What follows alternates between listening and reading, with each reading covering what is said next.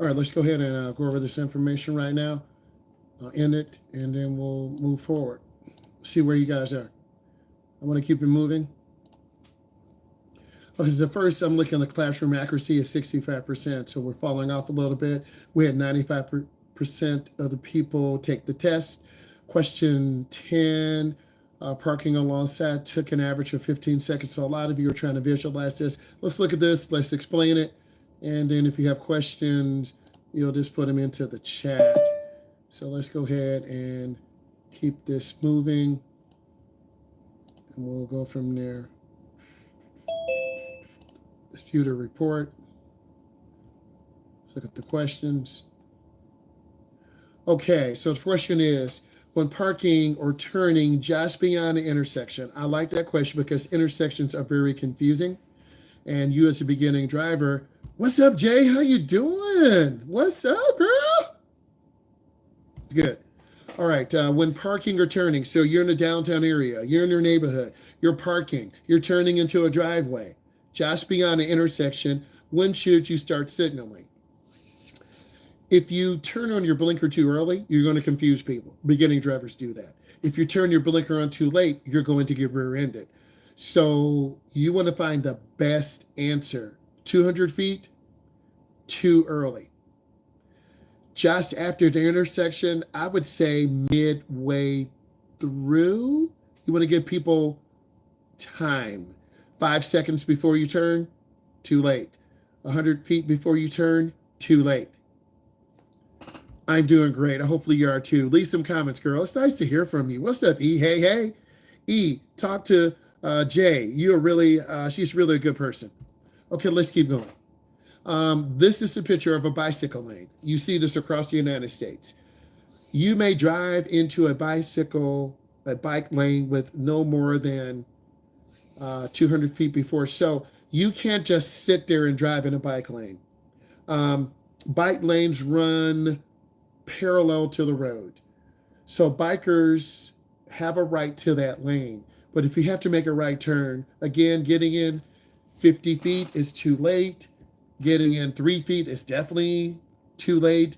200 is probably okay. So these questions are about time and distance.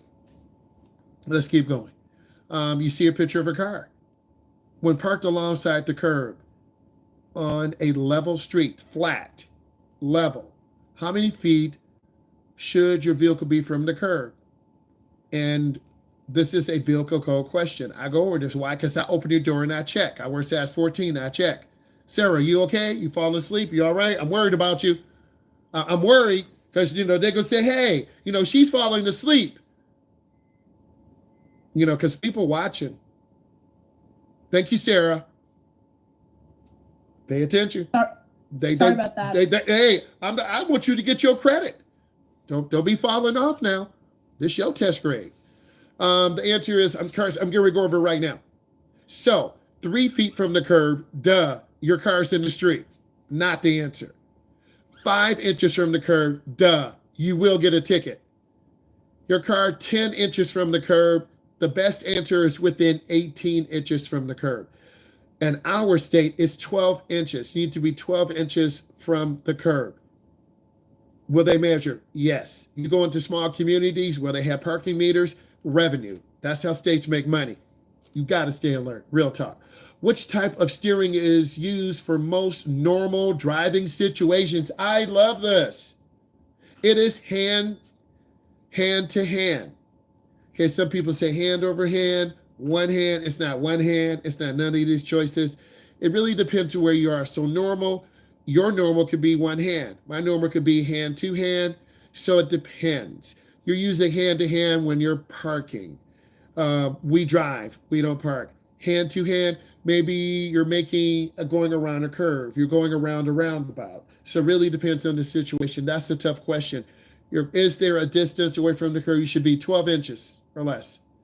When should a driver shift to lower gear? So you need to know first, why do you want to shift to lower gear? And what situations would dictate that? To gain power on low speeds. Not necessarily to gain power up a hill. To gain more power when towing a trailer. The correct answer is all of these. You want to shift to a lower gear to gain more power. Maybe you're stuck in the snow. Maybe you're in the mud. You shift to a lower gear, you get a lower gear, just like pedaling your bike. To gain power driving uphill, you shift to a lower gear to give you more power going up the hill. To gain more power towing a trailer. Yes. So all of these are good